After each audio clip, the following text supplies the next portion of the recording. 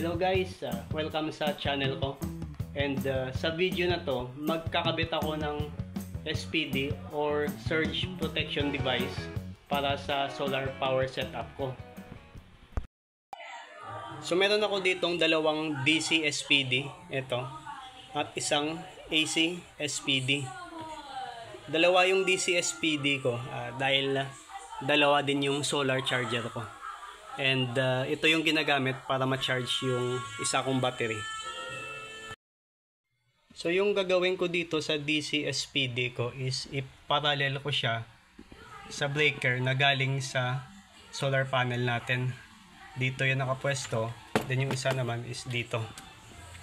So ito yung dalawang breaker na galing sa solar panel natin, PB1 to SCC1 and then PB2 to SCC2. And then yung AC SPD naman is dito ko yan ilalagay at ipaparallel natin dito sa AC inverter to load na breaker natin. At saka guys, yung inverter ko maglalagay din ako ng grounding para sa AC output and AC input. Dito yun, yan, dito ko maglalagay. And i-connect ko siya sa ilalim ng SPD and then papunta doon sa grounding natin nakabaon sa ilalim ng lupa. So bago ikabit yung SPD, review muna natin yung rating nito, kung kaya ba niya i-protectionan yung mga components natin dito sa solar power setup natin. So reviewin natin yung rating ni DC SPD. UC is equals to 600 volts DC. So yung ibig sabihin ng UC is a maximum operating continuous voltage. Yung function nito is once na ma-reach na yung 600 volts, doon na magsa-start si SPD na i-divert yung excess voltage papunta sa ground. Imax or maximum discharge current. So ito yung current na kayang i-handle ni SPD, which is 40 kiloampere. So IN is nominal discharge current. So ito yung value na kayang i-discharge ni SPD na continuous. UP is a voltage protection level. So ito yung maximum voltage na kayang i-handle ni SPD, which is 2.2 kilovolts. So balik tayo dito sa UC or maximum operating continuous voltage. Kung i-match natin to sa solar panel natin, hanapin lang natin yung value ng maximum system voltage. So sa case ko, yung 3 na 500 watts solar panel ko, yung maximum system voltage niya is 1500 volts DC. So pasok tayo dito. So ibig sabihin, protected si solar panel natin dito sa SPD natin.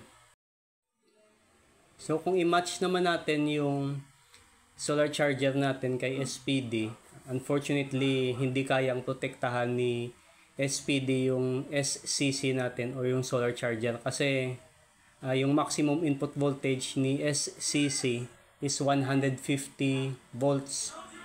So dito 600 volts DC yung UC rating ni SPD. So ibig sabihin between 150 to 600 volts is unprotected si SCC. Beyond 600 doon na siya mapoprotektahan. So yun lang, sa ngayon medyo nahirapan pa ako maghanap ng SPD na lower value yung UC, which is kaya niyang protektahan si SCC na yung maximum input voltage is 150 volts. So kung makakita ako ng specs na kayang i-protect si SCC, ayun, papalitan ko. Lipat naman tayo kay AC SPD. So yung UC value niya is 275 volts. So kung i-check natin yung specs ni inverter natin, kasi sa inverter to ikakabit yung ipoprotect niya is inverter. So yung voltage ng inverter natin is similar sa DU, which is 220 volts. So more than 275 volts mapoprotect ni SPD yung AC or yung inverter natin. Sa UP naman or voltage protection level, so hanggang 200 or 2 kilovolts lang yung maximum na kayang i-handle ni SPD. And then IMAX or maximum discharge current, so 4,000 or 40 kilovolts lang yung kayang i-handle ni SPD. And then yung IN or nominal discharge current, so 20 kilovolts. So overall, kayang i-protect ni AC-SPD yung AC side natin, which is yun yung inverter. So, additional information lang. So kung mapapansin natin, yung harap ng SPD is may dalawang color green. Ito yan. So yan yung indication na nagpa-function si SPD. So pag naging kulay red na yan, yan na yung indication na hindi na nagpa-function si SPD or baka na-reach niya na yung useful life niya. So pag naging color red na yun, papalitan na natin yung SPD natin. Okay, so ikakabit ko na yung tatlong SPD natin. Hindi ko na kukuha na ng video to. I-explain ko na lang later pag naikabit ko na kung ano yung mga connection na ginawa ko sa kanila. Okay guys, so ngayon nakabit na natin yung tatlong SPD. So yung dalawang DC SPD dito, and then yung AC SPD ito. So pagpasensya nyo na guys yung wiring ko, makalat So maya maya kasi ginagalaw ko kaya hindi ko na lang nilagyan ng distribution box. So yung DC SPD natin is nakaparallel siya sa breaker ng PB to SCC. Kung titingnan nyo ito yung negative, nakaparallel siya sa negative ng SPD, tsaka yung positive nakaparallel din positive ng SPD. And then same din sa pangalawang SPD DC natin. So yung PB2 to SCC2 nakaparallel yung SPD natin. So ito yun, yung positive tsaka negative, and then positive and negative. And for the AC SPD naman natin, nakaparallel siya sa breaker ng inverter to load. So kung titingnan natin, ito yan. So yun, dalawang wire nakaparallel.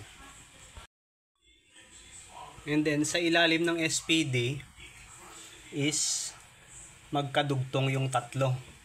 So ito is may wire akong nilagay papunta sa kabilang SPD, DC SPD, yan dito nakakabit. And then ito naman may white naman na wire papunta sa isang SPD, and then yung isang wire na nakakabit is patungo na to sa ground rod natin na nakabaon sa lupa. So yun hindi ko lang finalo yung color coding ng ground wire kasi wala akong available na wire